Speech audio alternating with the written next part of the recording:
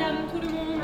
Miam, miam, miam, miam, miam. L'échauffement de la voix des enfants peut surprendre.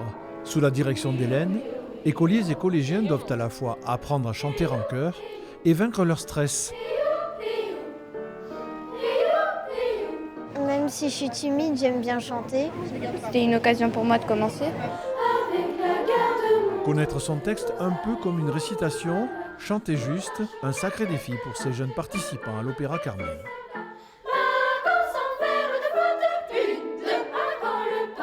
Nous marchons la tête haute comme de petits soldats.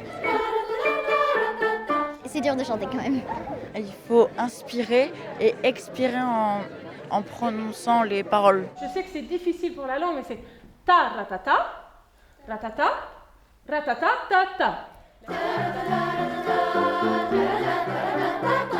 Donner tous les petits conseils, donc les deux pieds bien à plat par terre pour être bien stable, de ne pas se tenir effectivement tout fermé ou voilà pour que la voix puisse sortir. L'intonation, donc des notes qui ne sont pas tout à fait justes, des tenues qui ne sont pas faites, des rythmes qui ne sont pas forcément respectés.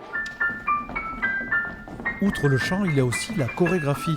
Dans l'Opéra Carmen, les enfants des rues de Séville se moquent des soldats.